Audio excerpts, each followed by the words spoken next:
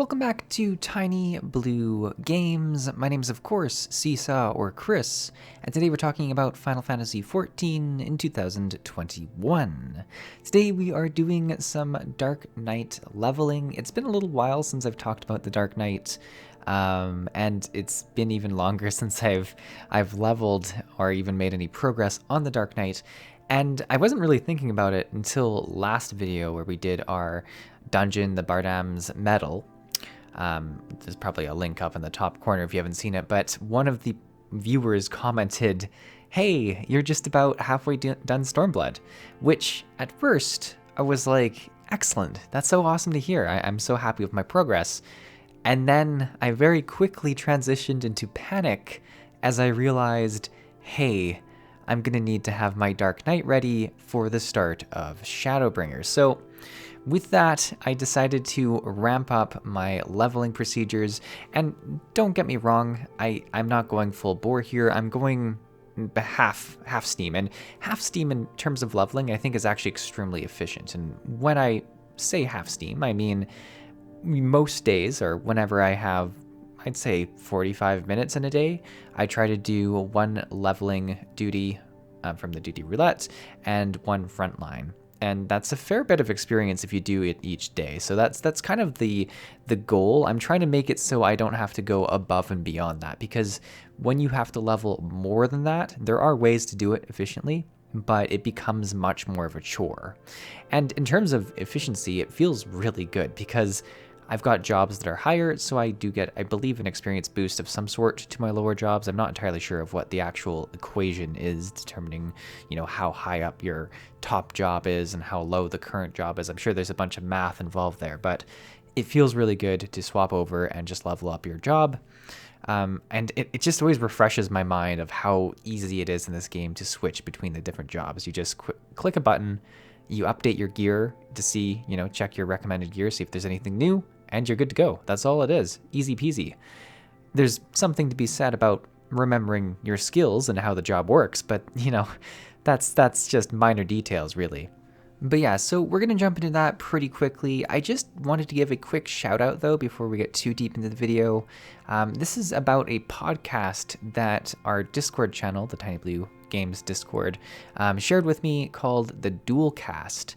It's a Final Fantasy XIV podcast by Patrick, and it's fairly fresh. I think there's only 3 episodes last time I checked, and I've only listened to the first one myself, as I recently checked my DMs in the Discord, which I'm notoriously bad about doing, but I checked it out, and it's a great podcast. It's about Final Fantasy XIV. It touches on other games as well, and it touches on life events and just general things that happen to everyone, and it makes you feel really good. It's something you can toss on while you're playing games or something like that. That's how I did it. I just listened to it in the background, and it was really relaxing. And he kind of states, in the podcast, he watches the videos obviously, and he really enjoys the calming nature of the videos, and I have to toss it right back at him. I enjoy how calm the podcast was. It was very soothing.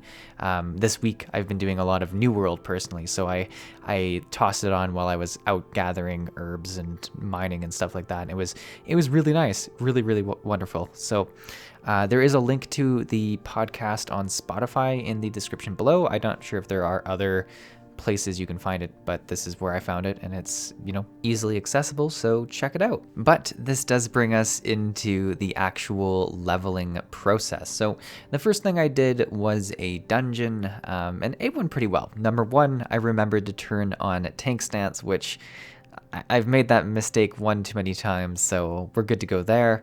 It was returning to Hawk Manor, which I thought was very apropos as we're entering October. And we're planning, and I'll just, as a heads up, we're planning on doing a stream near the end of October that is going to be more Halloween themed for Final Fantasy XIV. There is a dungeon we're planning on doing. I always forget the name of it, so I'm not even going to try, but it's the other scary dungeon, which if you play Final Fantasy XIV, you probably know which one it probably is. So we'll probably do that, and and then jump into some MSQ or something like that afterwards, and just, have a good old Final Fantasy stream. It's been a little while since we've done kind of one of the more traditional ones, as we did a bunch of the Alexander raid fights in a row, and then recently we did the New World stream. It'll be nice just to come back to a comfy Final Fantasy XIV stream. But yeah, the dungeon went pretty well. The main issue I have when tanking is trying to remember which way to go, especially in Hawk Manor. There's so many doors, so many rooms. You don't need to go through every room, and I often felt like I was making the wrong decision, or if I wasn't, I was going slow and kind of forced. I think it was the healer in the scenario that had to go kind of jump ahead and pull things.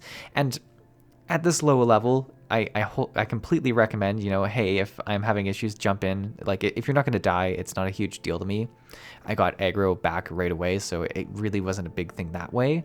But yeah, it's one of the most uncomfortable parts about being a tank, and it's one of the things that I'm most anxious about for Shadowbringers, because my plan is to be a Dark Knight tank throughout the expansion, which means there's going to be a whole bunch of first-time trial, first-time dungeon experiences I'm going to have as a tank. And I kind of think I'm going to need to switch things up and watch videos before I go into them. Not about every single mechanic, but at least just to know generally which way to go throughout the dungeon. Because, I don't know, it's so nerve-wracking. I think that's like the thing I'm most anxious about, is just not knowing where to go. If I die to a mechanic or something like that, it's more easily understandable because I can fix it. I feel like I'm supposed to be the leader as a tank, and not knowing where to go really trips me up. So I'm gonna have to overcome that anxiousness. I think watching a video beforehand might be the way to do it, but if you have any tips that you can share as if you've been a tank or you are a master tank and you have a way that you handle going into a blind dungeon, toss it up. Obviously the basic ones for me is just explaining, hey, I'm new here. Like, that's the first message out of my lips whenever I join a dungeon. I make that very clear. And Final Fantasy, people are completely chill with that. Like, most groups are completely chill with that. I don't even know if I've found an issue with it ever. Especially when comparing to the WoW, the old WoW. Yeah, there's some different reactions when you say that in WoW, but yeah. So that's my main concern. The dungeon went well, though. Got a ton of experience, had a lot of fun reliving the Hawk Manor journey. Really stood out to me that at a certain point you recall or return back to the start of the dungeon, which I remember the first time I ran it, I had no idea you could do that. No idea that your return button took you just to the start of the dungeon. And I saw two people disappear, and I was like, oh yeah, we do this. And I saw another new person there who was struggling, so I was trying to message them through the chat and stuff like that. They eventually just walked back, but like I'm like, oh, I feel that. I was there. I get how confusing that is, because it's not something you regularly do. Like, I don't think there's even another dungeon that I've done since then where you recall or return. It's return, I think. I'm flipping those two, but I think it's return to the start of the dungeon. Like, it's the skill return that returns you to the front of the dungeon. Things are getting confusing now, but that's what I think it is. So the other part of this is the front lines, and I really do enjoy any kind of PvP I can get.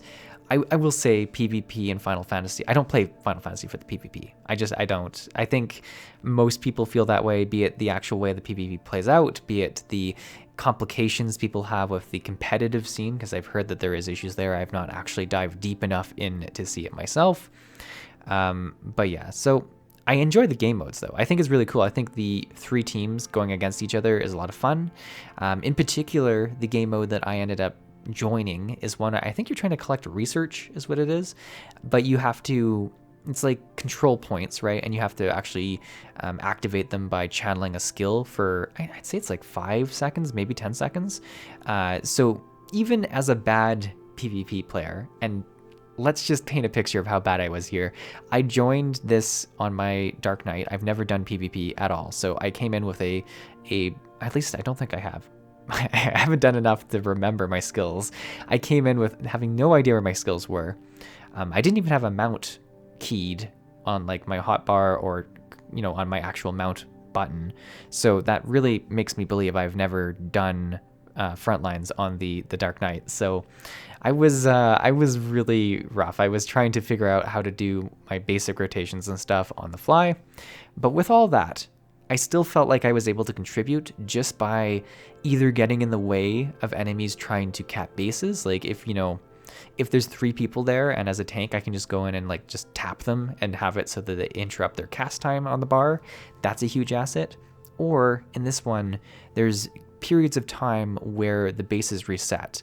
And if you're away from everyone else, kind of in like a dead zone, waiting to be the first one there, you can sometimes cap it before anyone gets there. And nothing feels better than when you do that. I think there's like a little bit of like RNG play with this game mode too, because we did really bad out at the start. Like it looked like we were going to lose just horribly. Then all of a sudden, 3 of the bases, maybe even more, were like near our start zone, and we just controlled them for like the entire time they were out, and it was pretty huge. So worked out really well. You get so much experience for just winning one of these a day, and it's honestly like 15 minutes, and it's a pretty good chance that you're going to get the experience. There, you can, I think, and I don't remember this for sure because I might be confusing it with the Elder Scrolls Online, which also has 3 teams PvP, but I'm pretty sure you get the experience if you're in first or second place, but not if you're in last place. And I could be wrong about that, but I'm pretty sure that's the case. So the chances of winning or coming in second are pretty high. So I think it's pretty good. And if I'm wrong about that, do correct me in the comments below. Typically, I just play it until I see that I get a burst of experience, which usually means at least not losing. In terms of overall stats, I did pretty bad. I don't even know, like, are tanks good at PvP in Final Fantasy? Like, I'd assume they would be quite good at these kind of objective style gameplay. Maybe not so much in like the actual arenas and stuff like that, but I'd assume capture the bases and that kind of stuff works really well as a tank, but I'm very inexperienced. But yeah, that's the video. It was really chill. I just wanted to have a chill session. I've been doing a lot of New World. I'm gonna be honest with you this week. It's been consuming. I'll probably do a video with my initial thoughts from the very launch, kind of like a 2-week look, and share that in the next week's video. But I wanted to share some of the Final Fantasy stuff I had going on in the background. The most recent video that we talked about at the start of this was about the MSQ and where I was progressing through there. I wanted to show some of the background stuff that I'm now starting to do to prepare as we grow closer to the end of Stormblood. Speaking of which, I saw a lot of people in the comments also talking about doing a live stream for the end of Stormblood. I do hope to do that. I think that was one of the most enjoyable things I did with Heavensward. It's so much more epic having people in the chat kind of cheer things along when ending the expansion, so I hope to do that as well. But yeah, thanks for watching. Check out the podcast, the Dualcast, as it's called. You can just, I think I typed in Spotify, I typed Dualcast, and if that doesn't bring it up right away, you can type in Dualcast Final Fantasy XIV, or you can type in Patrick Dualcast, something like that brought it up. But check it out, it's well worth it. Anywho, thanks for watching. Hopefully you enjoyed this video, and hopefully you have a great rest of your weekend. Thanks for watching.